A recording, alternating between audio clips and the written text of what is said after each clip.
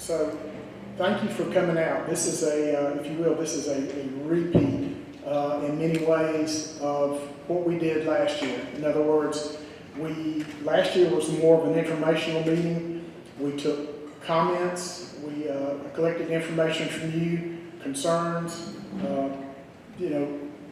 things that would better enhance the project. We took that information from you, and subsequently we took and used that with us in the design and moving forward. When you came in downstairs, I wanted to mention a couple things. Is very much would appreciate it if you would sign your name, put your information on there so that we have a record of your attendance first and foremost. Because your input does matter. It is very valuable to us, and it helps us to better accomplish our job. Also downstairs, when you came in, there were numerous poster boards or study boards. Those boards convey more information than we can actually do in this setting. And so, at the conclusion of our meeting today, one of the things that will happen is if you have additional questions, particularly if they're more of a technical nature, our subject matter experts will be downstairs at those boards to assist you with anything that we possibly couldn't answer here from the podium. And so at this time I'm going to ask Colonel Gibson. He made a few opening remarks, but I think there's a few things else he'd like to mention. Okay, thanks, Tom. So good afternoon, everybody. My name is Colonel Jeremiah Gibson, and I'm the commander of the Vicksburg District. I'm honored to address you today regarding the revised draft environmental impact statement for the Pearl River Basin Mississippi Federal Flood Risk Management Project. This today marks a significant interagency milestone to address the flooding in Jackson, Mississippi, and I want to emphasize the critical role of your participation during this National Environmental Policy Act, or NEPA, review period. The NEPA process ensures federal projects are thoroughly evaluated for their environmental impacts, technical feasibility, and align with the public interest. This revised draft environmental impact statement, published on July 3rd, 2025, and open for public comment until August 18th, 2025, evaluates flood risk management alternatives to protect the Jackson metropolitan area from devastating floods as experienced in 1979, 1983, 2020, and others. Your feedback during this comment period is essential to shaping a project that is effective and responsive to the needs of all communities. Under Section 3104 of the Water Resource Development Act of 2007, the Secretary of the Army is authorized to construct a flood risk management plan that is technically feasible, environmentally acceptable, and provides a level of flood damage reduction equal to or greater than the National Economic Development Plan. The revised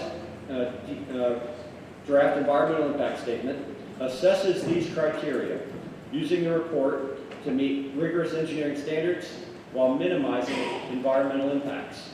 This includes evaluating the Pearl River Basin, and we look forward to engaging with downstream communities, especially during tonight's event here in Monticello and tomorrow in Slidell, Louisiana.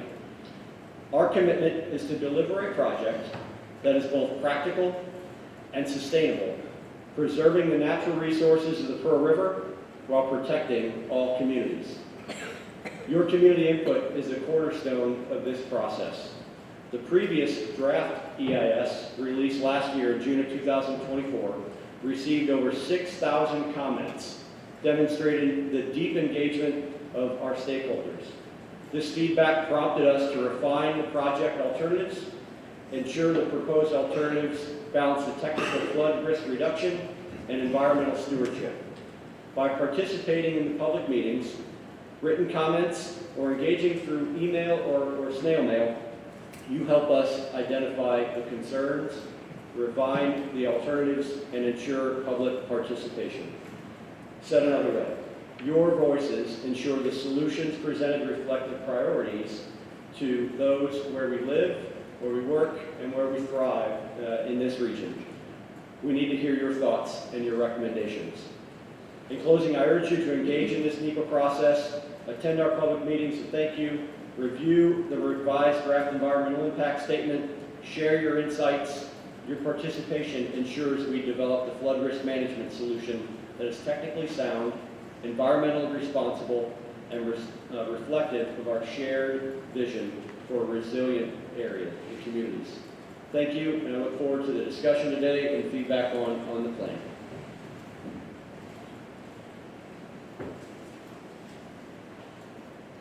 So if you will, permit me to apologize. I failed to do one thing that was very important, and that would be to recognize the Monticello mayor, Justin Mullins, and express our appreciation for him allowing us to come and to present to you folks. And I'm not sure if he's here. I did not see him, but oh, there he is. Thank you, sir. And also, if there are any local officials, whether they're state, federal, or otherwise, I would just ask if you don't mind, if you would recognize yourself so that we would have a record of your attendance. Yes, sir. Excellent. Thank you very much. This would probably be a good time too. I mentioned the sign-up sheets downstairs. Those are helpful for other reasons because as our transcriptionists, if you will, it's like a court reporter, as they're taking their information down, and if somebody announces their name or whatever, it helps to be able to check that spelling, if you will, from that list. So before we get going, one of the things that I would like to do is kind of highlight the purposes and why we're actually meeting here. As I mentioned earlier, it is a follow-up. We do want to share what has been accomplished since our last visit before you, and to show you what what has gone into it in terms of revised plans. And we do want to hear from you about what you think works, what do you think maybe misses the mark. And we also want you, as you're thinking about this, and is to consider what it would do for your community. In just a moment, we'll have multiple ways, we'll show you multiple ways that we can take comments from you. One is there's a public-facing website for the Pearl River project where you can actually go in, you can see the documents, the appendices that go along with it. You have the ability, we have comment cards here, hard copies that you can fill out. You also have the ability to do an email, because we have an email address for the project as well. And so we want to make sure that we do capture your input. So, okay. So let's go ahead and move on to the purpose. We've already kind of talked about it. We're here to give you an update. The agenda, one of the first things I want to talk about is the rules of engagement. And as I mentioned, this is being recorded. That'll become part of the public record. It gets posted on the public-facing website, as does the transcription of this meeting. And so you'll be able to see the documents themselves. The comments will ultimately end up out there. You'll get to see the video if you want to see this, as well as the hard copy translation of the comments. So I mentioned earlier, we're here to talk about this document. The document was released for public review back on the 3rd of July for 45 days. And that culminates on the 18th of August. So you've still got plenty of time to put your comments and add them to the document. And as I mentioned, it will become part of the public record.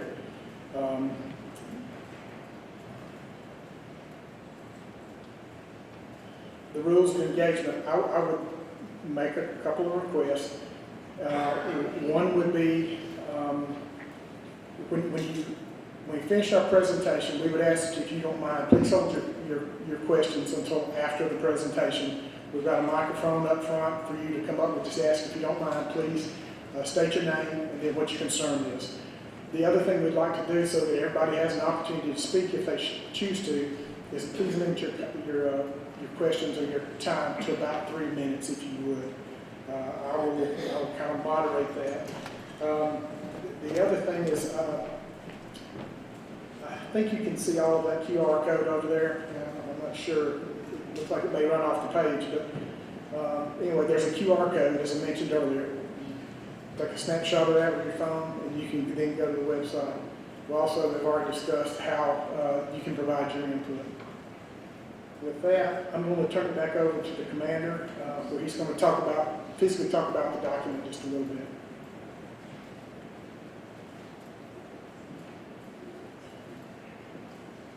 Okay, Tom, I wasn't expecting that. So this is the appendices of the table of contents. It is large, but it also is very inclusive of the previous event or previous releases, right? So, really, it gets down into, on your right-hand side, all the appendices. So many people who came here last time had questions on the cost data. We received a lot of comments on the transparency and visibility of the cost. So we've went back for the last, fully providing the cost. The other was the environmental. So those were really the two big updates that we wanted to highlight from this year's work. Tom, over to you. So, okay. Thank you, sir. Next on the list is our public meeting schedule. As the commander mentioned, this is the first of 4 meetings. We have a meeting tomorrow in Slidell, and then there'll be 2 meetings in Jackson on Thursday. So the purpose, we are here providing an update. And why does the project matter? The Jackson metro area is home to 500,000 people. And it has faced repeated flooding, culminating probably 1979 is probably the project flood of record. And we were tasked, our authority is to provide flood damage reduction. And so that's the authority by which we moved forward with the project, which basically means that we need to reduce the flood damage, as mentioned previously by the commander. Section 3104 says that's the focus is reducing flood damage, environmentally sound and technically feasible, and with the goal that that could lead to construction soon. Everything with government takes a little while to happen, but and so we had multiple forms of feedback, all addressing everything from flood risk to habitat concerns, downstream concerns, and of course economic considerations as well. And so what has actually changed between what we presented last year and now? We refined the alternatives that we've used. Alternatives A, C, D, and E were basically removed, and we've moved forward with 2, and we'll be describing those in a little bit, an alternate D1 and an alternate E1. The commander mentioned that we do have we prepared an economics appendix. That development is complete. And then, based on feedback we've heard, one of the other things we did was to include additional flood risk management measures in the form of 3 additional levees to protect communities that were heavily impacted. So we would be remiss if we didn't talk briefly about the history of Pearl River flooding. As we're all aware, there have been multiple projects that have been associated with the Pearl in its history. Everything from the Ross Barnett Reservoir to the channel shaping or adjustments to additional levees. And then the reason we've got a note on there about the 1873 Chief of Engineers report. Why is that important? Because many of the problems that we described then are still there. And I think everybody downstream is aware and concerned with the bank caving, the fact that we have trees that are banks that are sloughing off going into the river. So anyway, the Pearl has a long history of issues there. As many of you are aware, there used to be navigation on the Pearl River, and that the photograph that's over there on the right-hand side is there actually used to be a significant amount of sand and gravel business, and that is actually a USACE snag boat. It's called the Black Warrior, and that's just south of Rockport, I believe.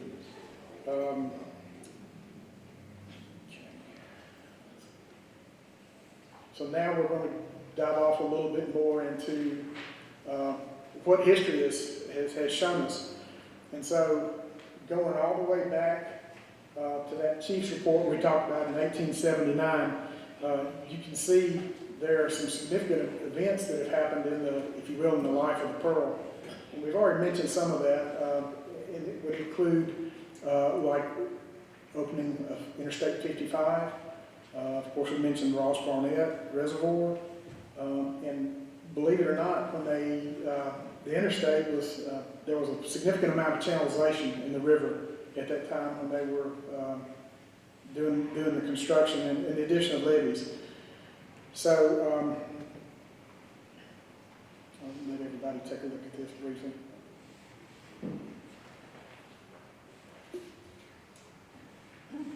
And at the conclusion of these slides will be posted on our website as well.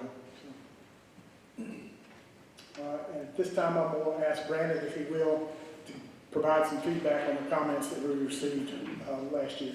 Brandon. Thank you, Tom. So everybody can hear me? Okay, good. Brandon Davis here, glad to be with you. I'm the planning lead at the Vicksburg District, as Tom said, and thank Tom and Colonel Gibson for having me up here tonight. It's looking at my clock, it is 6:22, so that's supper time, and I know that there's a lot of other places you folks could be, so the fact that you're here, we appreciate that. When we came here last year, I learned a lot. I think I learned more at this location than I did at any of the other locations because of you bringing up the concerns that you had, but more importantly, how I had something common with you guys. I grew up in a small town, Weeksville, down around Greene County.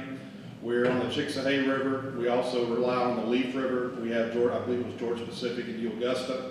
So knowing family members and loved ones that live down there and work in that area, if there was any concern that something was going to impact my community, I would be concerned as well. I learned a lot from that, and I appreciate you guys having the passion that you had. And it's the thing that I think that I've carried with me the most as we went through this is, it really, what it matters to you guys. So what I want to do to get into this tonight, we have, like the Colonel had said, we received a lot of responses back from the last time we released the draft, back in 2024. If you look down, it would be in your right, so make sure I got my hands right, my right bottom hand corner, the 5 common comments that we received from the Monticello area was tied to the economics, downstream impacts, flood risk concerns, real estate, and wildlife and threatened and endangered species. I don't want to go too deep into this because we do have these boards downstairs, and you probably can see them a little better. So we do have these blown up where you can look at them downstairs. But one of the things I did want to mention to you all is we are trying to do our best to be as transparent as possible. If you see comment, let's look at the second comment here, the downstream impacts. We talk about that, and I'm going to talk about more about that in the H&H, or the hydraulic section, but we're showing you where it can be found in the report, both in the main report and the appendix section. We want to have that the transparency with you. Now, I will say, you've probably seen, you don't see anything on the first one there. Reason being is because that was included into the report on projected costs if it exceeded the authorized budget. We have an idea of what the cost might be, but we don't know if it will bust, and what we do, we call it 902 limit, and we'll have to worry with that at that time. Like I said, 902, we have to go back and do an additional report to seek more money. So that's really the bottom line here. So you're not going to see that in the report, but the other main comments, they are out there, so I wanted to point that out to you. All right, and one of the big things that you guys have talked about that you're not going to see tonight, but I think I can help you with that, is bank cavings. You talk a lot about losing land, bank cavings along the way, along that area. Bank cavings is not a part of the authority of what we have for the studies. It's not going to be included in that, but we can help you with that. There are other programs that we have in the Corps of Engineers, one being the Upper Yazoo Project, and we have also some Delta Headwaters projects. I would invite any of the elected delegation to get up with me after this meeting. Be glad to set up a site visit to show you what those projects look like, and then you can go back to your local or your congressional Cindy Hyde-Smith and the various elected officials to try to get that type of authorization for this area. But again, I do want to meet with you about that, and like I said, we can set up site visits to go take a look at that. We'd love to take you guys out in the field. But let's go ahead and get into what this report actually shows. Next slide, Tom. So I don't want to read slides to you, and I do have a script here, so if I'm not looking at you the entire time, my team gave me a script, so I just don't get up here and say what I want to say. But what we have here is that anytime the Corps of Engineers that we evaluate a potential project, we're not just going to look at one idea. We've got to look at multiples. And what we do is we develop measures. And the best way to explain what a measure is, it's almost like if you're making biscuits, you've got all your ingredients, you put it together, and your out product is the biscuit, but you have the flour, your lard, everything like that. It's kind of what we do with alternatives. We take all the measures, we put them together, and we have our alternatives. So for this project here, we had 3 alternatives that were considered. Now, as you know, there is a long history with this project. Starting way back, Tom was just showing you on the slides some of the history of this. But in 1986, we had what they call the 4-point plan, Shockoe Dry Dam, up around Carthage, Mississippi. We went on to 2007. From 2007, the non-federal interests, the Rankin-Hines group, they started working on a project based on the Section 211 authority. And we here to where we are now. Of course, we released in 2024, we released a draft of the EIS. But here we are today. We have another draft that we're putting out here. And the alternatives that were considered are I think we're on the right slide. Yeah. So A1 was a non-structural approach. We had D1, which was a structural approach that included a weir. That weir would be located just south of the I-20 bridge in Jackson. And we also had alternative E1. It's the same as D1, except it does not have a weir. Everything else pretty much is the same other than having the weir. But as we go through these next couple of slides, we're going to talk about what these alternatives are. And we're going to start with A1. Alternative A1 was a non-structural approach that was carried forward from the 2024 draft EIS. And it was, we modified that to include some levee features in the Canton Flood levee area.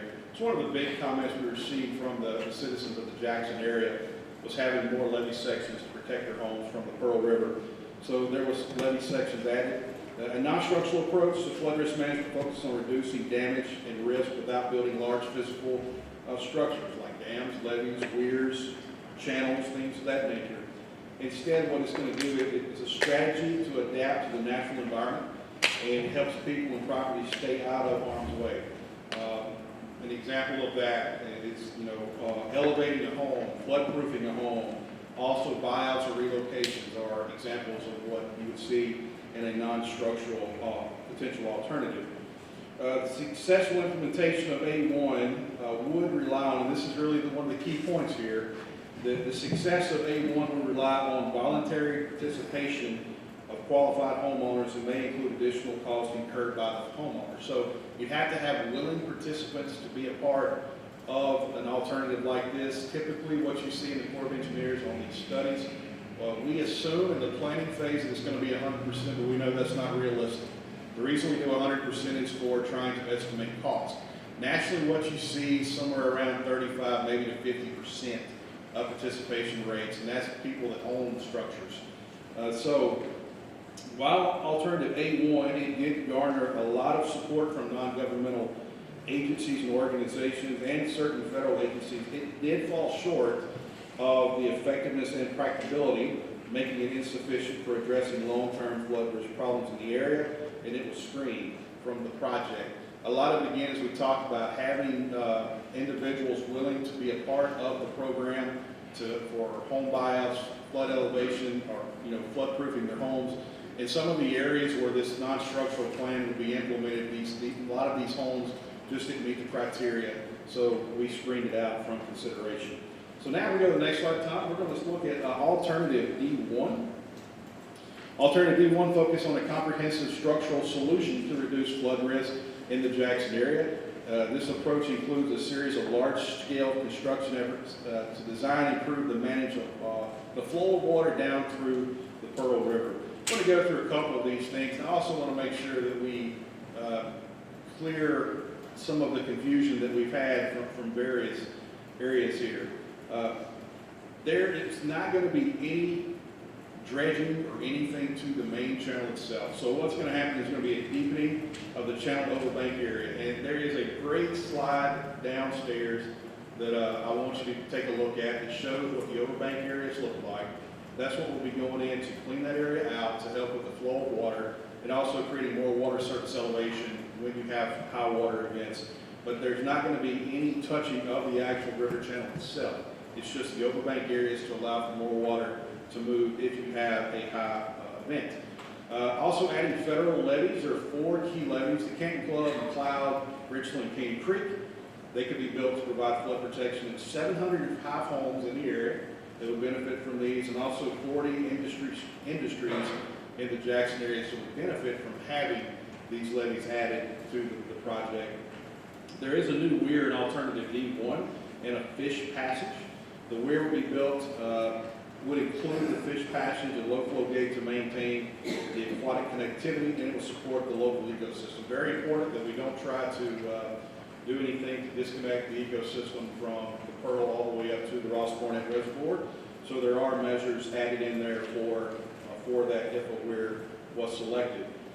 Some auxiliary features such as improvements to the existing federal levees, pumps, and seepage are also needed to accommodate the ponding area behind the weir. Non-levee improvements, there are levees that are currently not under federal jurisdictions. There is one up around the Savannah Street wastewater treatment plant. We would also work to improve the increased system-wide protections. Bridge modifications. Now we're not going to remove any bridges or build any bridges, but we are going to some of the bridges, if I could say, the structures around the bridges will be armored to accommodate any modified channel overbank and ensure the flow. There's no type of water coming down in the new overbank cleared areas. We want to make sure those bridge structures are armored and they're not going to be impacted. Certainly you don't want to interrupt any type of traffic flow. Traffic's already bad enough in Jackson as is, so we don't want to do anything to impact the traffic through there. And also there's going to be mitigation measures that are included in this for environmental enhancements, habitat restorations, and other compensatory measures to offset any unavoidable impacts. It's just when we do a project, sometimes you're going to have impacts that are unavoidable, so we have to mitigate for that to try to make up for the impacts that were created. Overall, D1 aims to reduce the flood risk through major infrastructure upgrades. It's also going to take steps to minimize environmental impacts and maintain ecological functions. I will say this, that in alternatives D1 and E1, we'll get to E1 momentarily, there are no non-structural components included in either one of those, but as we provide the information up to the Assistant Secretary of the Army for Civil Works, those features could be added back into this alternative. Going to the next slide, Tom, slide 13.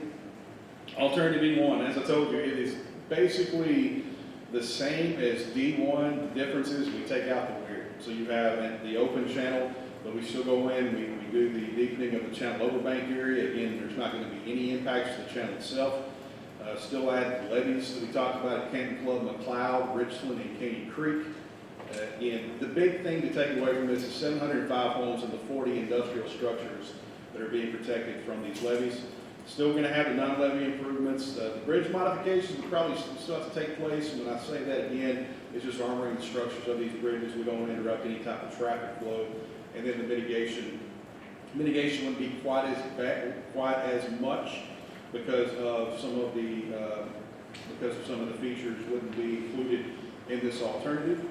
But right now, what we're going to do is we're going to shift over to the hydraulic side, the next slide. And this is something that's very important because I know that you guys had, and I'm sorry if I'm going light on you every now and then, I know that the hydraulics is something that you had a big concern about, and we want to make sure that we are explaining that well. Now, I'll say this, I don't know everything about hydraulics. I'm not a hydraulic engineer, but we do have the subject matter experts downstairs with some boards that can further explain that to you. So if we can't answer the questions here, we have people in the house that can answer your questions for you tonight. And if they can't, we'll get someone that can. So I just want to encourage you again that we do have people downstairs to help with the subject matter experts to help with more technical style questions. But looking at this graph here, and you look at this graph and you're kind of like, so what? What does it matter to me? Well, I want you to look at, if you look at the right side, and what this graph is going to show you, it's going to show you the water surface elevations, what they're expected to be with and without the weir in place, with and without the alternative D1 and E1 during a 100-year flood event. What a 100-year flood event is that it's a storm with a 1% chance of occurring in any given year. So it's a common benchmark that we use when we're evaluating flood risk projects. The key points here when we're interpreting this graph is that upstream is to the right side of the figure. So let's look on the right side, or put your hand where the right side of it is. You're going to see a blue line there. The blue line shows the water surface level without the project being implemented. We have an orange orange line that's going to show what the water surface will be with D1 or E1 being in place. As we talked about, if you can see on there, and again, this is downstairs. I know for the folks in the back this may be difficult to see, but we do have this downstairs for you to look at. The D1 weir is located just downstream of the I-20 bridge in Jackson, and you can see that, maybe you can see that on the slide. There's a mark. Yeah, thank you, Tom, for marking that for us. So the extent of the impacts, I know this is something that is very important to you all down here. What does it mean for me, okay? What does it mean for Monticello and for your community? So the biggest expected inducements is 3.5 inches. It's 3.5 inches. This is a reduced from alternative C. As you move downstream, the influence of the project steadily declines to the physical and ecological characteristics of the Pearl River, and that's with the widening of it and the connectivity to other tributaries. So as you can see there on the slide, you can see that those lines get closer and closer and closer together. The good news for the areas here downstream is, again, we know that there is a lot of concern that we heard from you on the downstream impacts. The hydraulic modeling shows that hydraulic impacts resolves itself about 5 miles north of Monticello here, near the confluence of Copiah Creek during the 100-year flood. So the concern that we had because we didn't really know, it's something that we needed to learn, analyze ourselves. This is what we learned. So about 5 miles north of here, where we see the water really, any impacts to 100-year, it goes away. There are no expected impacts to the state of Louisiana due to the construction of the features near Jackson, as described in our alternative D1 and E1. And something else too, so when there's not a lot of water, what happens? During drought season, right? So for low flow scenarios, a drought gate is included in the weir design. This gate maintains water levels when minimal flows from the Ross Barnett don't naturally overtop the weir, like what you see here in drought or water supply withdrawals. But I think more importantly, this feature doesn't increase downstream flows during a flood event. It only supplements minimal flows. We are ensuring that no added stress to downstream communities are occurred during dry conditions. So droughts, floods, we're not seeing the impacts of the 100-year or droughts here in Monticello. All right, next slide, Tom. Thank you. Economics. In economics, there's a lot of information. There's not a lot on the slide just because I don't want to sit here and read to you, but I want to point out the important parts. Both alternatives D1 and E1 would reduce annual damages from flooding from the headwater of the Pearl River by approximately 70% in the Jackson area. Both alternatives would remove approximately 90% of residential structures from the 100-year floodplain and approximately 60% from the 500-year floodplain. Both alternatives would remove over 60% of non-residential structures from the 100-year floodplain and approximately 70% from the 500-year floodplain. There's some comments that we have received is questions about the costs that were used. We did use a cost contingency of around 44%.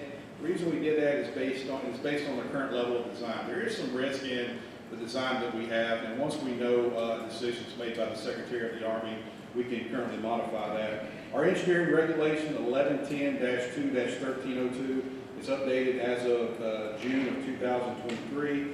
And the class of costs that we see, you typically would see about a 20 to 50% contingency rate on design. Like I said, the big thing is what we are seeing, the reason that you might see a higher cost is based on the level of risk around of the level of design that we currently have. Next slide, Tom.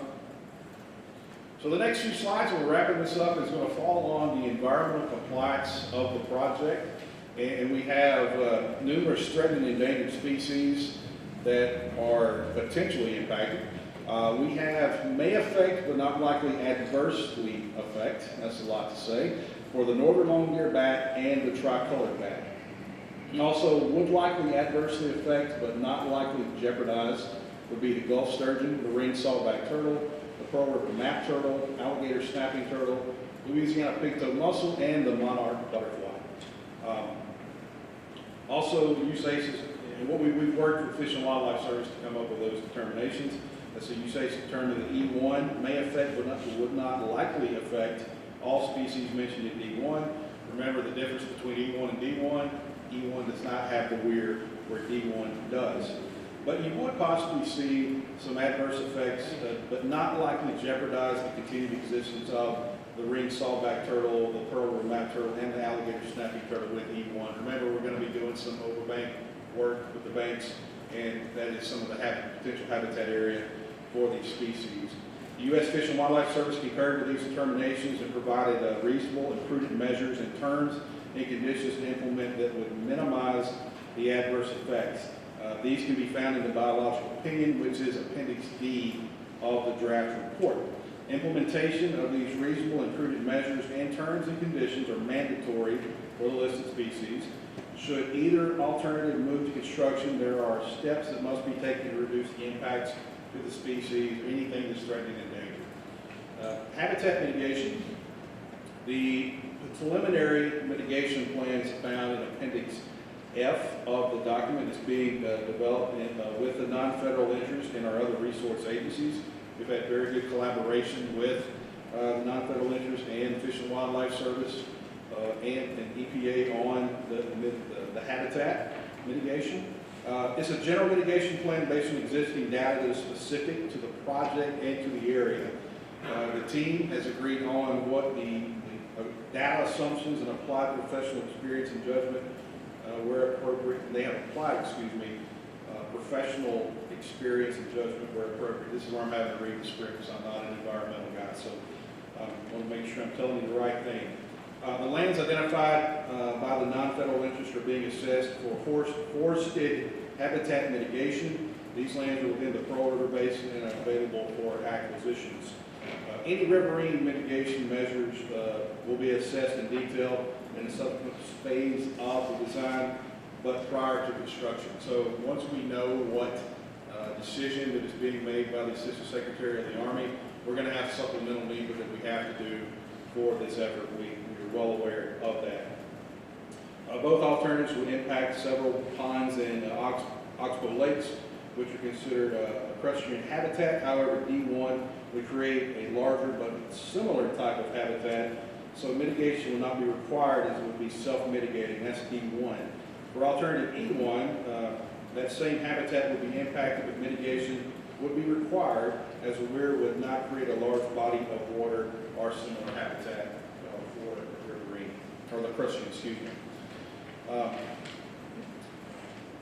All right, so when the Assistant Secretary of the Army identifies a federal plan under the authority, a specific mitigation plan will be developed using the appropriate species and models to refine project impacts and identify the mitigation measures that will be sufficiently mitigated for all types of habitats. Again, as I said, once we have a firm plan of what the Assistant Secretary would like to do, obviously based on your comments and the community's comments, a decision will be made, and then we will have to do supplemental need to finish what we need to finish before the construction is done. HTRW is hazardous, toxic, and radioactive waste. For any project that involves the Corps of Engineers and the American Society for Testing Materials, Phase 1 environmental site assessment must be done to outline and identify any potential concerns surrounding HTRW. If concerns are found, a phase 2 may be done. And a phase 2 involves collecting soil water samples to assess whether they contain any potential contaminants or areas of concern. For this project, there have been over 6 environmental site assessments on the area prior to any form of construction. This is very important to note. Before any construction, HDRW site assessments will be done and appropriate measures will be completed to address HDRW prior to construction. Currently within the study area, we do have Superfund sites as well as 2 former landfills and a former Gulf States creosote site. All right, almost done. So the next slide, Tom, cultural resources. And if you see there's a graph up there on the slide, that's courtesy of the Mississippi Department of Archives and History. And as you can tell, this is a very rich area of cultural resources. Cultural resources are physical or intangible elements that reflect the culture, historical, or social value of a community or society. A good example of cultural resources is the great building we're sitting in right now. And it's just to give you an idea.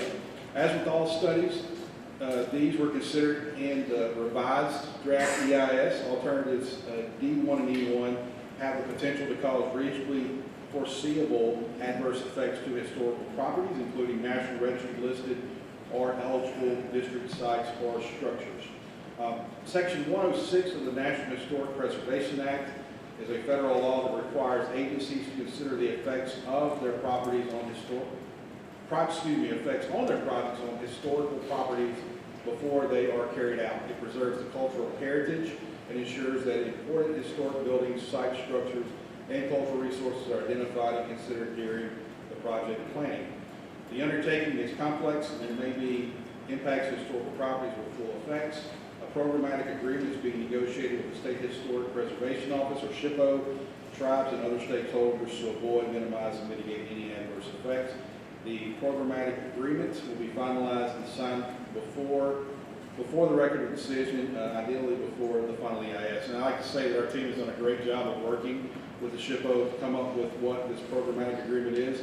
And again, that's the plan. So whenever we start constructing or get ready to construct, we know what we have to do to minimize any impacts to cultural resources. All right, it's my last slide, Tom. Tribal. The project team has been actively coordinating with our federally recognized tribes throughout the study process. To date, there are no tribal lands or specific tribal rights that have been identified within the study area. However, tribes have acknowledged the presence of protected tribal resources that include cultural keystone species. These are plants, animals, or natural resources that are central to the tribal culture and identity. Significant sites and landscapes, areas such as burial grounds, historical trails, traditional villages, gathering places, fisheries, and other locations of cultural or spiritual importance. These resources are being considered in the planning process to ensure respectful and reasonable treatment of areas within the cultural value. We look at our water quality. A Section 404B1 evaluation will be conducted and further data will be provided. Further data is provided. A Section 401 pre-filing meeting requests were submitted to the Mississippi Department of Environmental Quality on July the 11th, 2023. It was reissued on April 26, 2024 and April 10th of 2025 due to the inclusion of additional features within the alternatives.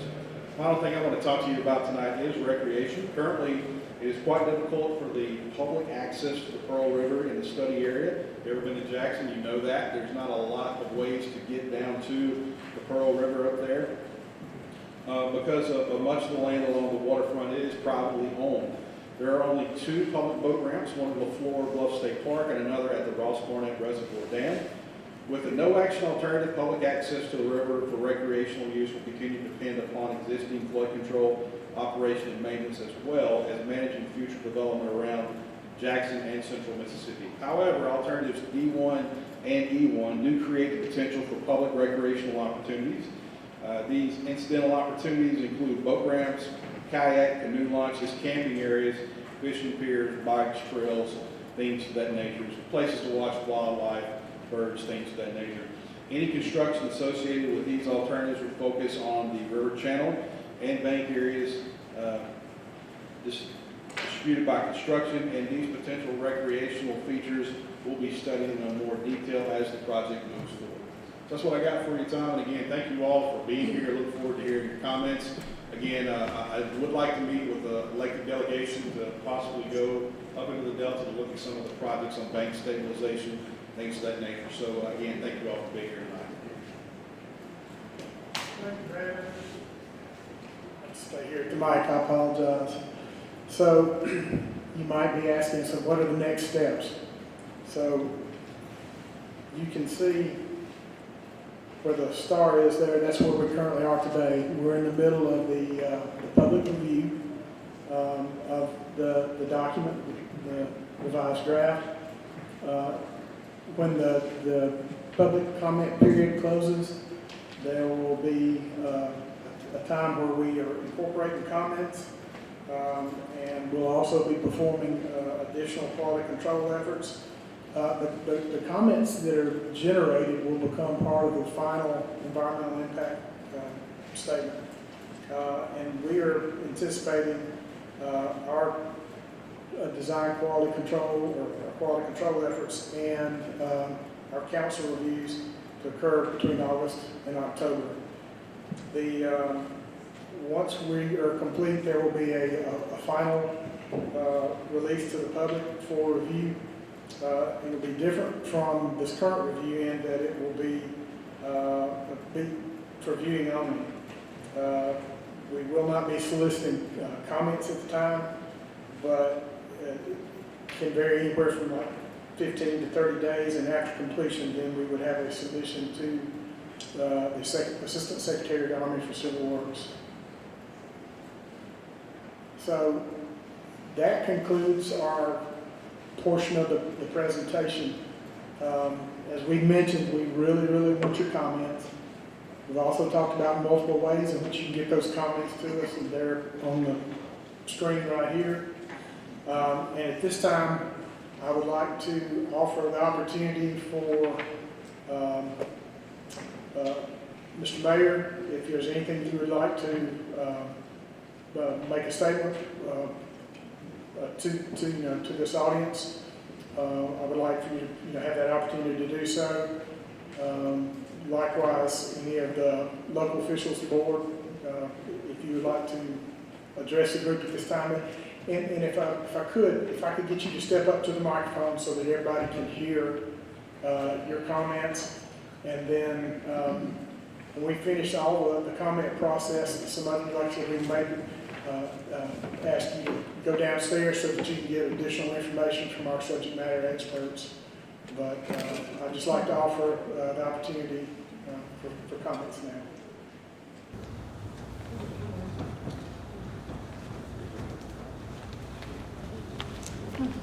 Hello.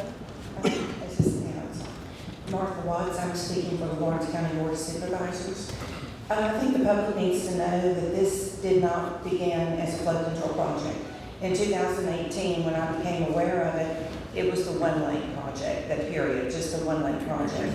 About a year later, the One Lake group held a meeting at the Ag Museum, and the board was not involved at that point, or they were not front and center as you are now. But they held a meeting, and they received a lot of blowback, and that's when it evolved into a flood control project. So, you know, it's been around a long time, but one of the things I want to say right now is on the part about the cultural resources. Are you aware that there are Indian mounds behind LaFleur's Club that would be flooded if it's in the flood zone if you were to go with the deep one? I've got photos on my phone of them. Okay, so I didn't know that. I had asked one of my environmental friends, and they were not going to bring that up. But if it's truly a flood control project, we've got $221 million, right? Do you still have that? That was a gift from Roger Wicker. That is more than enough to do the A1, to even build on further with the A1 project, with more levees. And if this is a flood control project, and that's the area, that's the neighborhood that started all of this, turning it into a flood control project. It seems to me that we've got the money to do that and even do the expansions that you have in your A1 plan. I know that that's not your preferred plan, but I just wanted to point that out also. The,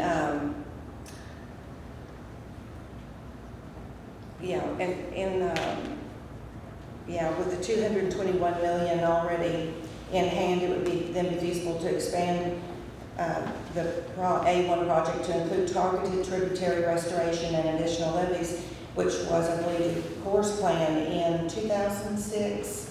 Brandon, is that what you had told me? That you had the Corps had built a levee plan back then that never got done. But there would be no downstream impacts whatsoever if we go with the A1 plan.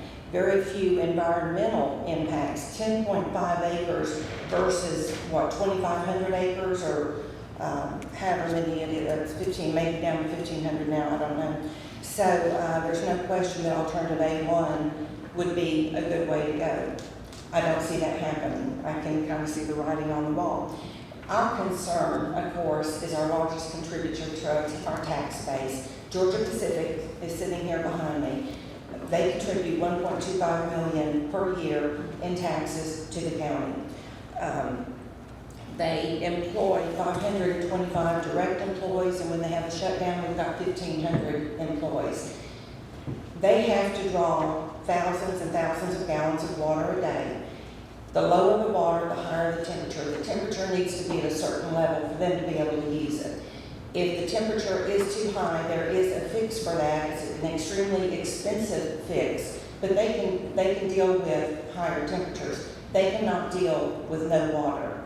Georgia Pacific just shut down a mill in Georgia, I believe. And, that's frightening to us. Thank goodness it wasn't us. It could have been us. But we cannot do without our Georgia Pacific. With the employees, with the tax base, and all of that. So, Plan E1 would be something that we might be able to live with. Don't like it on an environmental side. I do not like that plan. But I'm questioning not giving more credence to the A1 when we already have enough funding to do that with the extra bells and whistles that you could do. Thank you. Thank you, ma'am.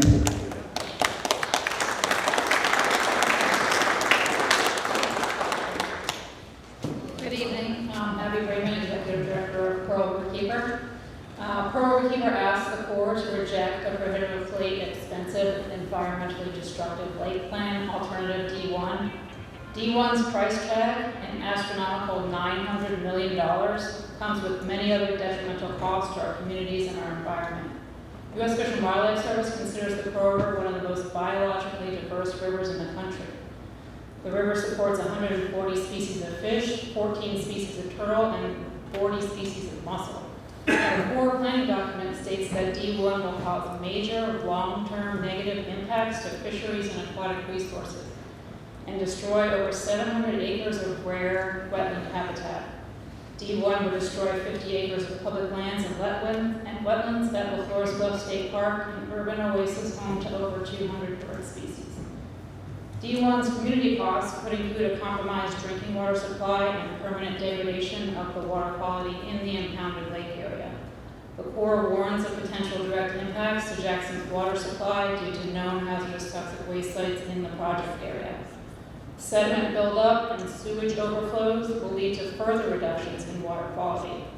In Q1 of 2025, Jackson Water reported over 4 million gallons of sewer overflow to waters in the project area, prompting MDEQ to issue a water contact advisory that extended as far as Monticello. D1's dam and impoundment do not provide any additional flood protection, but they do add $165 million to the final project cost. For a flood risk management project that is already hundreds of millions of dollars over budget, how can you possibly justify $165 million more for a dam that does not provide any flood mitigation? Why should taxpayers in Monticello pay for a lake amenity in Jackson? Why should Jackson taxpayers be asked to pay an extra $165 million for a lake impoundment when there provided no remedy to address their persistent and costly tributary flooding. Tributary flooding accounts for over 35% of our estimated annual flood damage in the Jackson area. Instead of subsidizing the lake scheme, the Corps could provide a more comprehensive solution to Jackson flooding. The Corps' newly proposed levee segments would protect over 750 structures.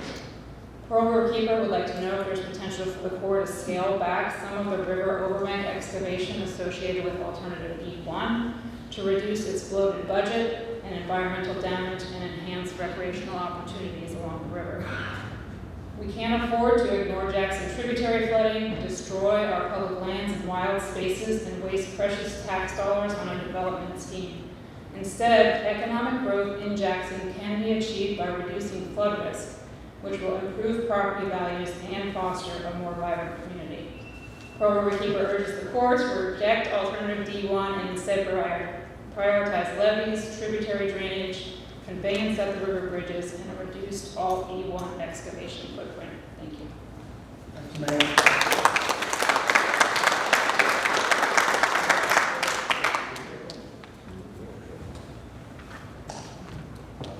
Yes, sir. Is this an opportunity for citizens? Absolutely. All right. My name is Doug Parkin.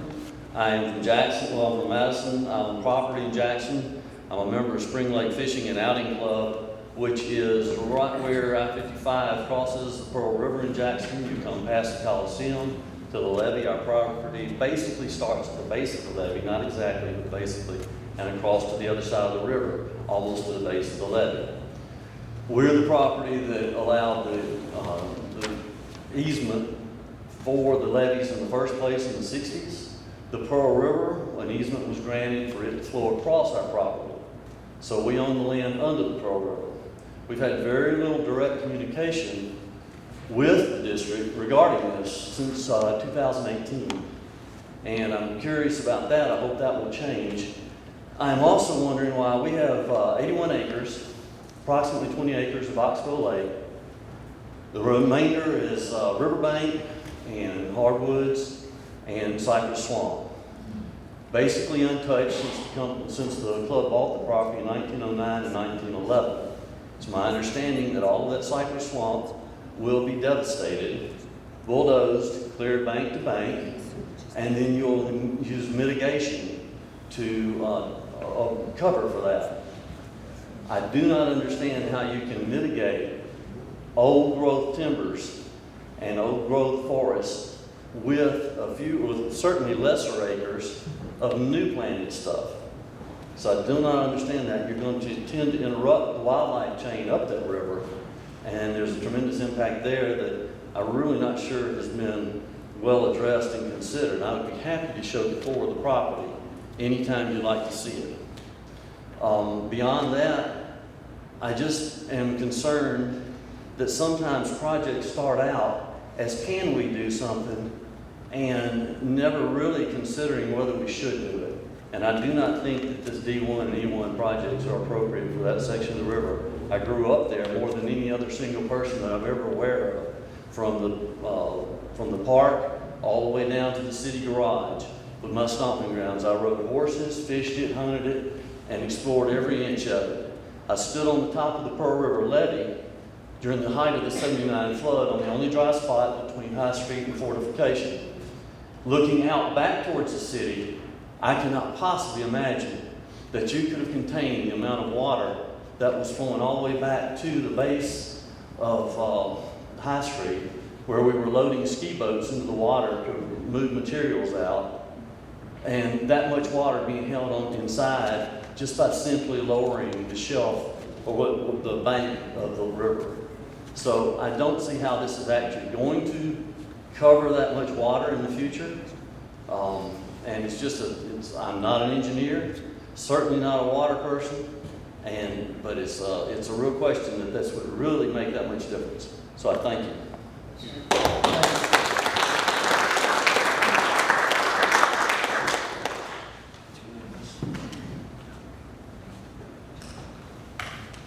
Anyone else?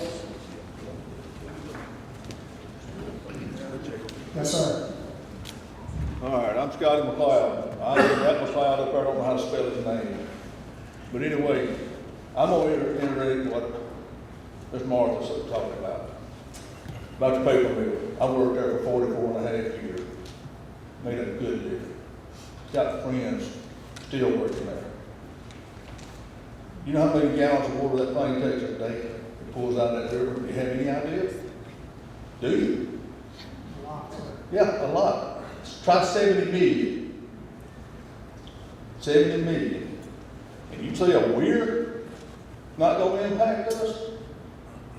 Man, I don't know about y'all, I might not be as sharp as a knife in the drawer, but I ain't a spoon. Come on. You put a weir up there, you're disrupting the flow. And how you gonna fill that lake up?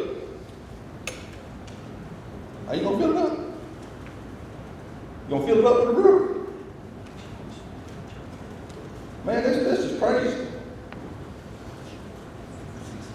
And I go along with that gentleman who just spoke. What about the ecosystem? Y'all even care about it? You say you do. But you do or not. I've got a boat over yonder sitting under my shed right now. Can't even hardly get up down the river in it. Right now. And you expect me to believe that a lake with a weir and it ain't gonna impact us down here? That's crazy.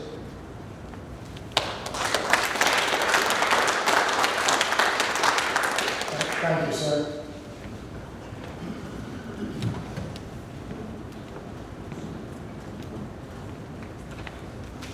I'll try to be fairly brief. My name's Andy Berry. I'm in the Mississippi State Senate. I represent just a little bit south of here, all the way to the Hines County line, both sides of the river.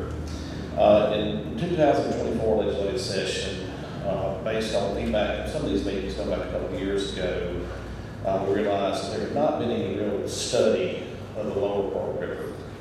And so we got money allocated for gauges that would study the Lower Pearl. They have been in place for less than a year. And so we don't have a lot of data that how the river in its current condition could even be improved or helped for the bank loss, for the land loss, for the erosion that we see here, much less what any of the E1, A1, D1, or any other alpha inheritors out there plans would do. So my request is, let's take some of this data into consideration and see how, with this new information, because we hear from the development of Flowood, Rankin County, changes to the Strong River, how that supposedly affects a lot of this downriver.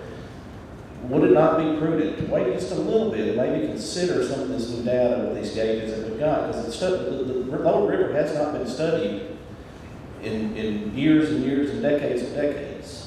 I think that's a valid request. And I know that y'all mentioned earlier that somebody would explain more technical details. And the last gentleman made a kind of something on my point. And I said this 2 or 3 other times in these comment sessions.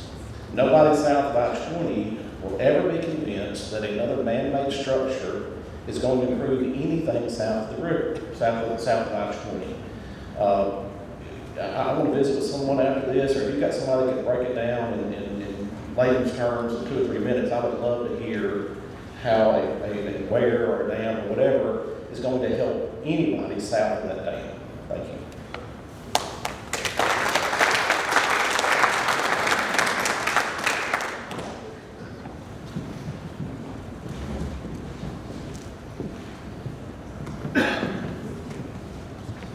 Just will put my 2 cents in there. I'm Ken Morgan, live down in Morgantown, Mississippi. I represent District 100, which encroaches Lamar County and Marion County in parts, in the House of Representatives. This thing's went on this year for 32 years. I know because me and Mr. Ted Thompson fight this battle. You hear some of the language, but he didn't do all holy hell about this. I mean, it was tough, but he passed on. A weir. Now, I get a picture of the weir as the wing being on the side of the bank, but apparently we're talking about a seal. Is that right? All the way across. Seal goes all the way across. all the way. Right, so you got a wing on the weir, and I want to get that cleared up. But, the biggest thing is, going back in my childhood, when I was about 13, 14 years old, going hunting down on the Pearl River, I could look in the water and I could see fish swimming, just like a creek. We can't do that now because stuff's already been put into the river. And it's not getting any better. And the biggest deal about the whole deal up there, I bet you $1,000 to a donut without a hole in it, that the state capitol building, the whole capitol has never flooded. You know why? Them people, when they come up to LaFleur's Bluff in transit, with steam paddle boats coming up there years ago, they had sense enough to know not to go down and build in the floodplain.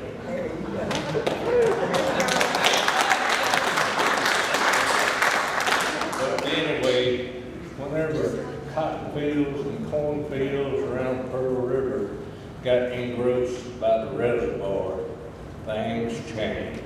That $400 acre of property went from $400 an acre to $50,000 a lot, or whatever. And that's just what's been going on. This is a realtor situation thing. We had a bill come up last year, wanting to put a casino in the High Street. Well, guess what? You'd have to have enough water down there to float the casino. So you'd have to have one lake plan. We've had the twin lake plan. Just on and on. They won't give up. But you ask them people in Kilgore, Texas, to the flood. Ask them people in Baton Rouge, if it'll flood. When our good gracious God gives us the strength and power to fight floods that He creates for His own will, I want to see them.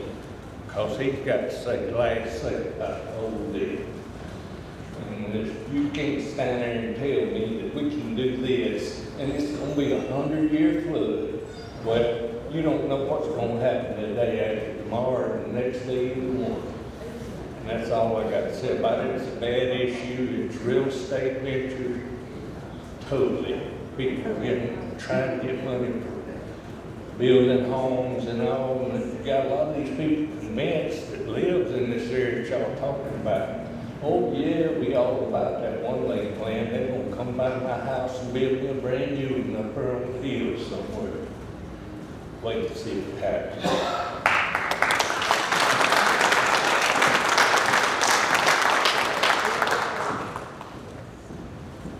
Thanks, sir.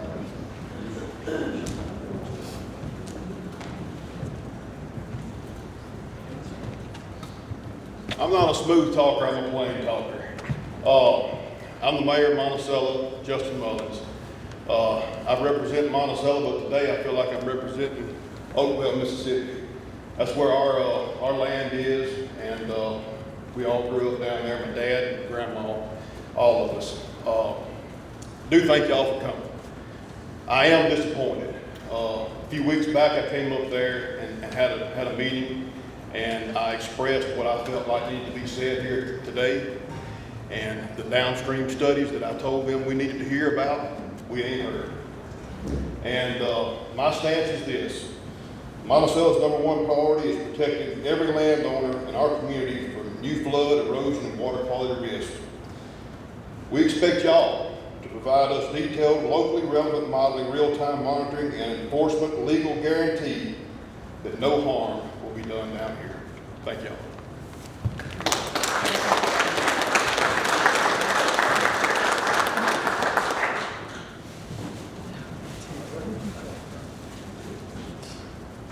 Anyone else?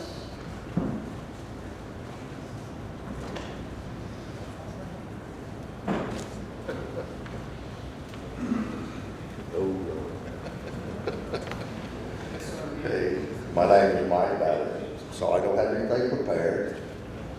But I want to say I agree with Martha on the first thing that she brought up. That was the evening. That y'all said that there wasn't much participation as far as the public was concerned. You couldn't expect the public to provide what they need to provide to keep from flooding. But hey, the Mississippi coast, there's requirements for building down there now. Same thing could be applied to that right there, or they could leave it as it is. But the D1 project, with let's just face it, it's a dam across Pearl River, and it backs up the river.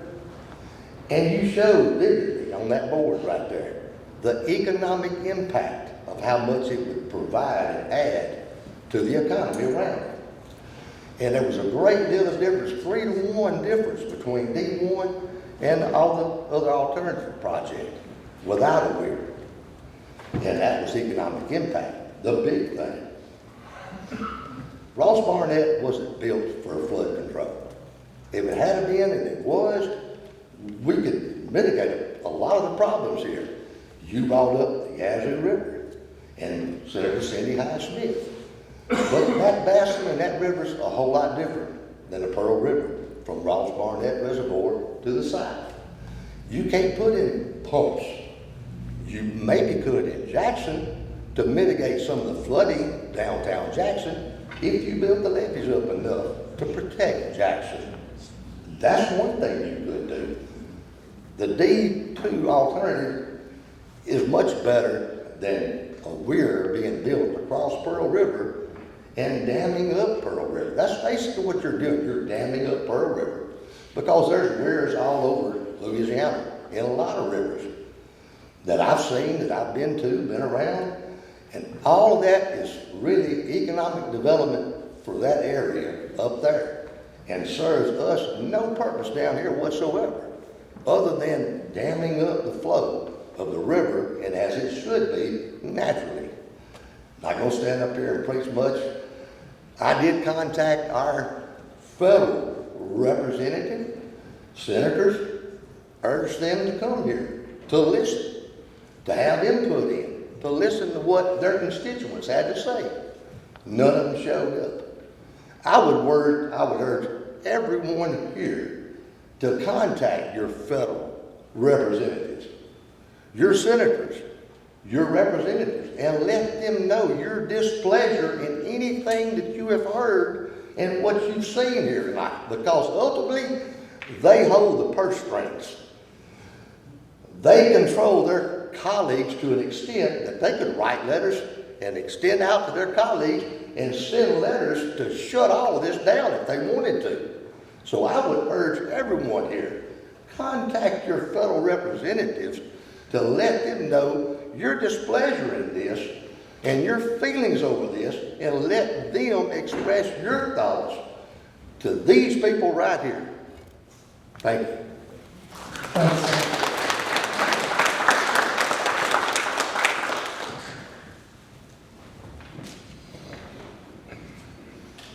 Anyone else? Yeah, I just want to say I'm with Senator Cindy Hyde-Smith's office, here to listen. So she did send us a lot. I saw you, Dick. Okay. I thought you knew that, Mike. My name is Alton Letchworth. I'm retired from the Corps of Engineers. Spent 30 years there with the Monticello unit. We worked on the Mississippi River from Cairo, Illinois to Venice, Louisiana. And over those 30 years, I've seen a lot of changes. And I learned a little bit about flood control. And I looked at the Pearl River north of the 25 degrees Lakeshore Drive. There's one bend up there in particular that turns and goes back northwest. Well, Purple Creek flows into it right in the middle, at the upper end of that bend. When the river gets up, it's going to force that water back up that creek and cause flooding there. If you look at that bend, it's a horseshoe bend.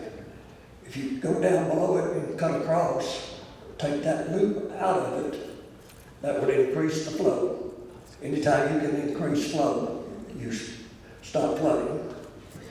But then I looked at the Lakeland Bridge, the two bridges there, the River Bridge and the Overflow Bridge. And there's numerous problems there that restricts flow, which is the pilings under it, and there's a bunch of them. So that's going to restrict flow there. when you go on down to where the weir is now, and the railroad bridge right below that weir, that bridge is less than 200 feet wide. So that's going to restrict flow. Then you go on down to the Floors Bluff Bridge, and you look at that bridge, and that's one of the worst bridges that's going to restrict flow out of there because of the pilot that's under it. The river should actually come through the east side of that bridge and not the west side.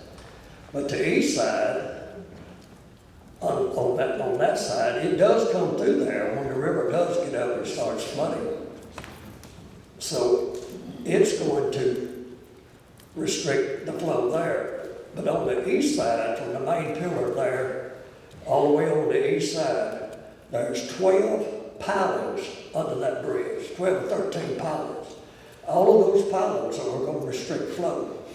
So regardless of what else you do, if you don't correct those problems, you're still going to have water backups, because anytime you get increased flow, you move a lot of water in a short period of time. The more water you can move, the less it spreads out. So without correcting those issues, you're not going to stop the flooding in Jackson. Thank you.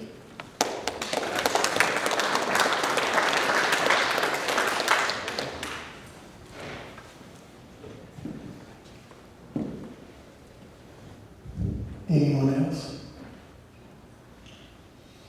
I have a question. All right, when you put that wire in, is that gonna be above where the sewage runs into the river? That we just gonna be filling up down here with sewage and y'all might have all clean water? You know, you had sewage leak not too long ago, but I'm not exactly. And the water all the way down here. We had rain after rain, all you got to do there. You pass Fair River, you see what it look like. You come across the Wide Creek, you see what it look like. They didn't have water moving in there to clear the water with the rain that we had, to have made the water clear around here. So when you put the wire in, are you gonna put that wire in below where that sewage run in, or what? The weir is above the sewage leak. That's right. Yeah. You know, whatever, they It's stop above. that water right there, fill that leak up. Yeah. We gonna be filled up with sewage. Right, without the dilution, right. Exactly. But they won't be flooding in Jackson, they'll be skiing and skiing.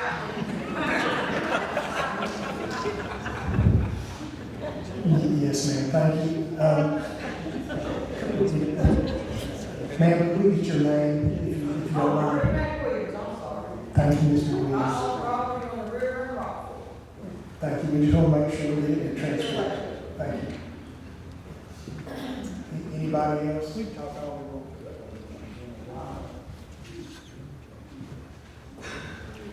While you're thinking, maybe one of the things I do want to mention is, please don't forget, for example, if you do have a technical question, our subject matter experts are down there in front of the boards. They would love to be able to explain these things to you. Please, they are an asset to be used. I would ask that you would please consider having a little conversation with them.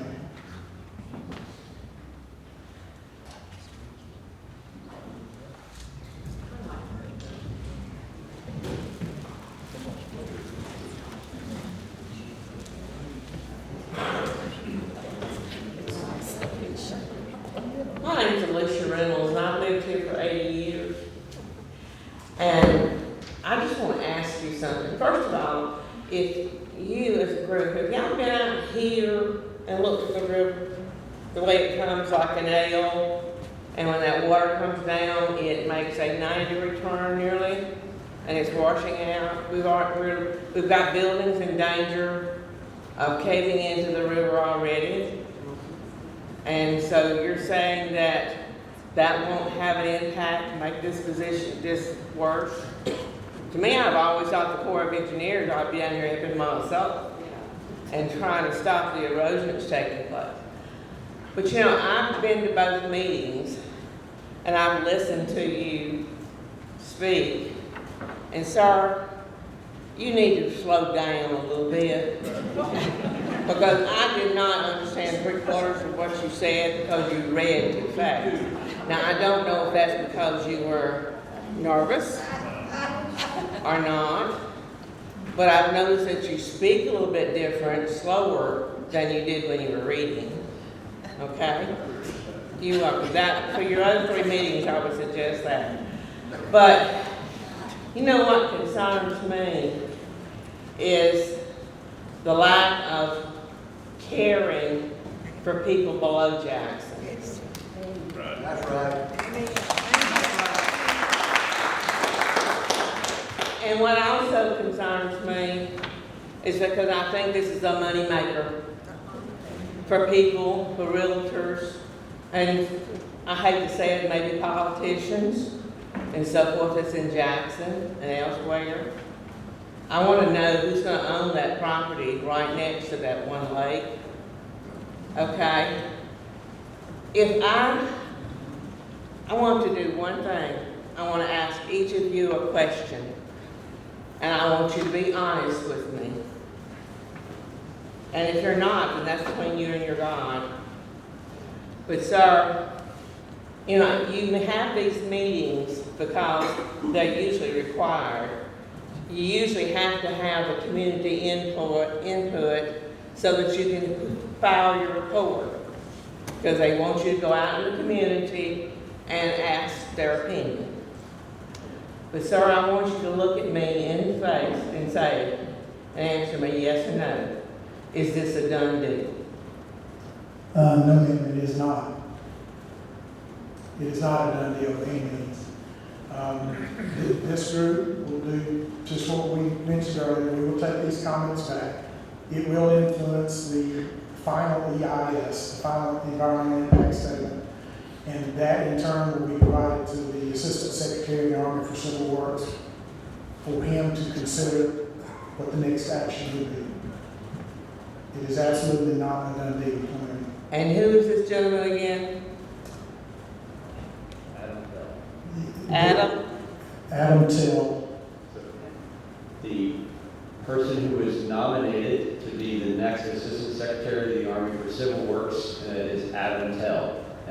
He has not been confirmed by the Senate, so he is not in position yet, but that is who has been nominated, and he's going through the confirmation process through the Senate oversight process. And he is the head person, he's the final decision maker? He by law is the identified decision maker. Then he's the one we need to contact. I'll see. He hasn't even been. We are here to gather the information, but yes, he will, when confirmed, will be provided all this information. And how do we find that contact information to him? If he's confirmed, it can be made available. He is then a public servant, just like all of us that work. And how do we get to that availability? We can provide it to you. Would you please? And I think everyone. In fact, I think it needs to be published. It'll be on the internet. It will be? Yeah. And now I'm going to ask you the same question, sir. Sure, absolutely. Is this a done deal? I am a uniformed military officer. I am sworn by oath to support and defend the Constitution. This is not a done deal. I will tell you that this is democracy in action, because I started off kind of before we started the official proceedings here. This is democracy in action. And my role in it is to ensure its visibility through the process. And sir, I'll make can sure- you answer that same question? I'll make sure I don't speak too fast. I do appreciate the constructive criticism, but thank you. No, ma'am, this is not a done deal. Again, we are here tonight to collect information from you. That's why everyone that's sitting here, it's important to hear from you of what this means to you, so we can take that back and share that with the right people. Well, I hope that all three of you have spoken the truth, but it's at your doorstep, not mine. But I was told last year by someone else and I cannot share who it was, but they said this is a done deal. That they're just going through the steps. And I hope that's wrong. Okay, thank you.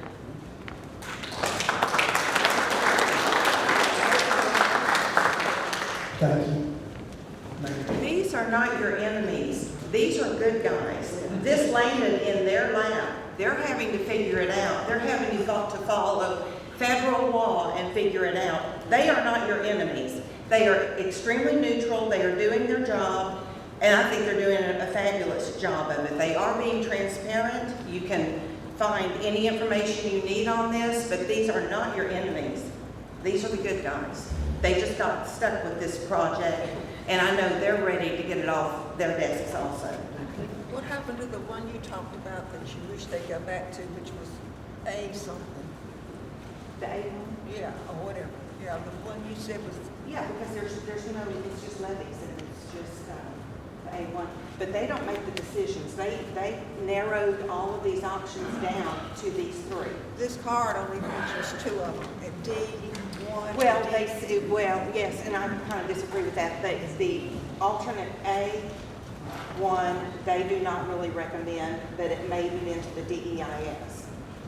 They're recommending either the D1 or the E1. Well, what do you recommend? Well, not the D1.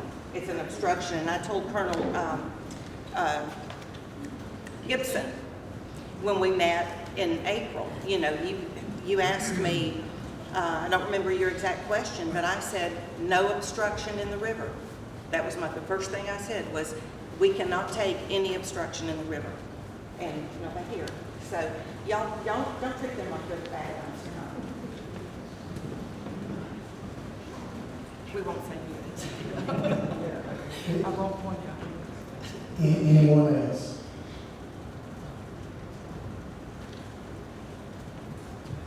Yes, sir. My name's Craig Tyler. I'm from Crystal Springs. I'm on land on the Pearl River, on the sawmill at Georgetown on the Pearl River. Last year, early summer, we had a meeting at Georgetown talking about the Pearl River and all the things that were going on. And the gentleman that ran the reservoir water levels said that he is running the reservoir on a 1997 or 96 basin-wide study, and he has to do just what that says. And here we are in 2025, and he's running that reservoir on a study that's 27, 28 years old, and there's been a tremendous more economic development in the Flowwood area where you've got more asphalt, more concrete, you've got more roofs, and you've got a lot of economic growth, and I'm for economic growth. But if we don't know, the water is not soaking in the ground up there now, it's running in the Pearl River. And I've watched the banks, the river be up this high and then in a few hours it's down to the floor, and we're losing valuable land. And something's got to be done. Thank you. That's part of what those gates that I spoke about earlier are hopefully going to address as well.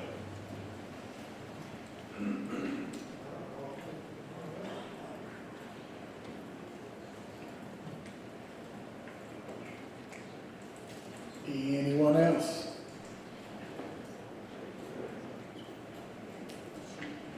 Nowhere. Nowhere. Nowhere. Okay. Well, with that, we're going to conclude this part of the presentation. I would ask that you please take opportunity to talk to our subject matter experts. And thank you so much for your attendance. And we appreciate you very, very much. We really do. Bye now.